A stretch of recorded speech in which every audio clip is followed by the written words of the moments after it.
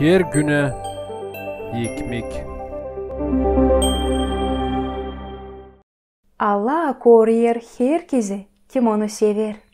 Psalom 144. baş 20. yer. Her zaman açan benim dadım laf ederdi benimle akşamüstü. Getirir aklına Sandra.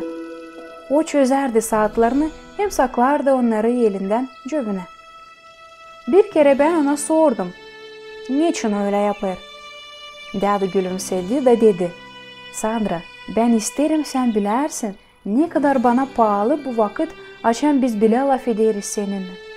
Açan biz bileyiz ben istemiyorum düşünme vakit için. Sandra anlattı bu anıyı dadusunun yüzünde.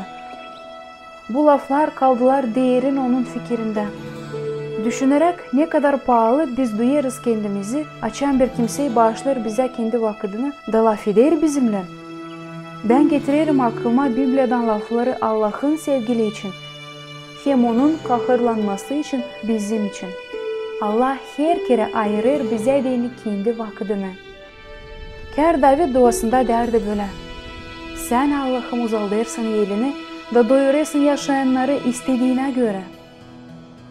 Allah var bak kendi istediğine hem iyi. Yakın Allah hepsine kim onu çiğrer hem çiğrer doğru yaşayarak. Psalom 144. baş 16-18. yer. Allah'ın iyiliği kuvvetler bizi her zaman. O verir bize yeme, hangisini yeriz, soluk hangisinden sol yeriz. Bizim yaratıcımız zengin sevgiler. Da bu yüzden o çalışırken her bir ufacık bizim kahırımız için. Allah'ın sevgiliği o kadar derin hem bitkisiz ki o olarak iyi açtı bize yol diveç yaşamaya hem diveç şeyine onunla bile. O sanki dedi nice Sandra'nın dadusu vakıdın biri demişti. O kadar ben seni sevdim Bağlıcan ki isterim olmaya seninle da hiç düşünmeme kaç saat şimdi.